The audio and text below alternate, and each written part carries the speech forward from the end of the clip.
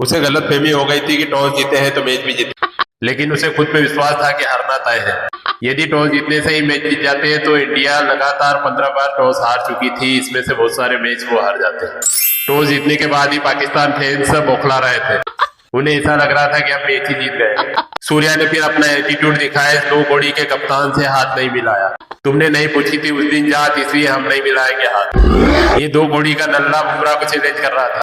उसे कहाँ पता था कि उदय भाई से मिलने से पहले मजनू से मिलना पड़ेगा। हार्दिक पांड्या की पहली बॉल पर वो पहला छक्का जसप्रीत बुमराह के हाथ में ही मार बैठा। जिसे पीटना था कम से कम उसके ओवर का इंतजार तो कर लेता।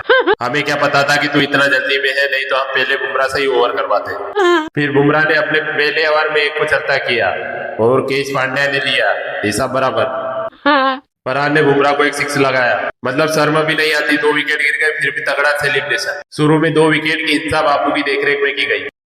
अब तक तो टीवियां फूटना शुरू हो गई होगी। फिर 2 विकेट की हिंसा बापू ने कर दी। बापू ने जमान की जमानत जब्त कर दी। जो बापू से टकराएगा चकनाचूर हो जाएगा। 10 बॉल के बाद चौके के लिए ट्राई किया, लेकिन बॉल बाउंड्री तक भी नहीं पहुंच पाई। सलमान आगा फिर बेसरमी से वापस भागा। कमर तोड़ने के लिए सबके पास बैठे हुए हनुमान चालीसा पढ़ने लगे। पाकिस्तान का छीन लिया सुल्तान, क्या गजब की बॉल कर दी चाइना में।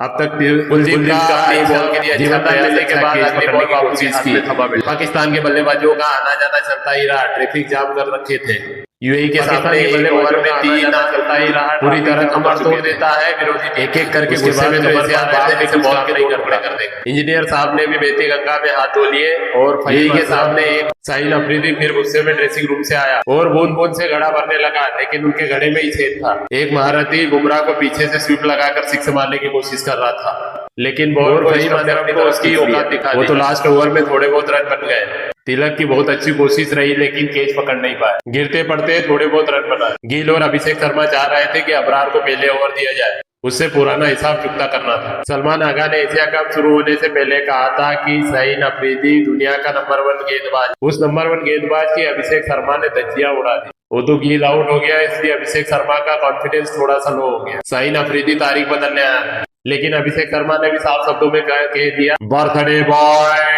भारतीय कप्तान सूर्य कुमार यादव का आगमन। आपने देखा होगा सूर्य कुमार के जूते पर लगने की अपील की गई थी, लेकिन इन कम पढ़े लिखे लोगों को समझाया कौन कि यदि जूते से बॉल लगती तो बाउंड्री तक कैसे पहुंच जाती। कमेंट्री बॉक्स वालों की भी तारीफ करनी पड़ेगी, पाकिस्तान की फील्डिंग की तारीफ बिल्कुल भी नहीं कर रहे थे।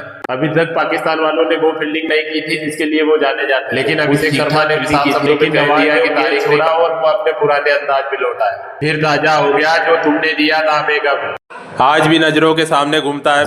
तुमने बहुत तगड़े, इसलिए तुम में इतने पड़े। अब कहने वाले